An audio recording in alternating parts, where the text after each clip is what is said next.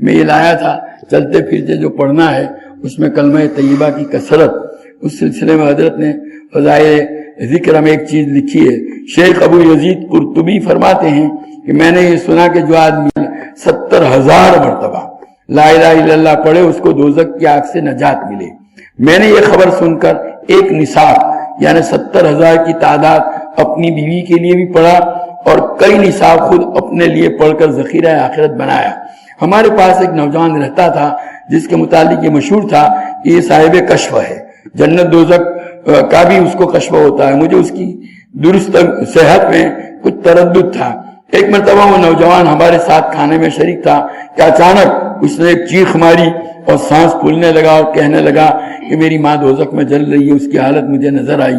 قرطبی کہتے ہیں کہ میں اس کی گھبراہٹ دیکھ رہا تھا. مجھے خیال آیا کہ ایک نصاب اس کی ماں کو بخش دوں جس سے اس کی سچائی کا بھی مجھے تجربہ ہو جائے گا. چنانچہ میں نے ایک نصاب 70,000 کا ان نصابوں میں سے جو میں نے اپنے لیے پڑھ رکھے تھے اس کی ماں کو بخش دیا. میں نے اپنے دل میں چپکے سے ہی بخشا تھا اور میرے اس پڑھنے کی خبر بھی اللہ کے علاوہ کسی کو نہیں تھی. مگر وہ نوجوان فوراً کہنے لگا چچا میری ماں دوزخ کے عذاب سے ہٹا دی گئی. قرطبی کہتے ہیں کہ مجھے اس قصے سے 2 فائدے ہوئے. ایک تو اس برکت کا جو 70,000 کی مقدار میں ہے اور اس کا تجربہ ہوا, اور دوسرا اس نوجوان کی سچائی کا یقین ہو گیا. یہ چیزیں بھی چلتے پھرتے ایسے نصاب بھی اپنے لیے جمع رکھو. ہمارا حال تو یہ ہے کہ ہمارے عزیزوں میں سے کسی کا انتقال ہوتا ہے تو پھر قرآن لے کر بیٹھتے ہیں پڑھنے کے لیے, اور کہا یہ پورا ہوگا تو اس کو ثواب بھیجیں گے.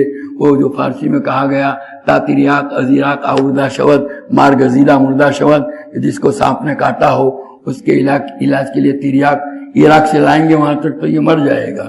تو ہمارا جو مرحوم ہے اس کو تو فوری طور پر ضرورت ہے, ایک دم ایمرجنسی ضرورت ہے, اور ہم قرآن کھول کے اب قرآن پورا ہوگا 1 مہینے کے بعد اور اس کا ثواب بھیجیں گے, کب اس کو فائدہ پڑا. ہمارے پاس یہ ساری چیزیں جمع ہونی چاہیے. جو کچھ پڑھو نا قرآن جتنا بھی پڑھو روزانہ نوٹ کرو, ایک ڈائری بناؤ اور تسبیحات جو پڑھو اس کو نوٹ کرو.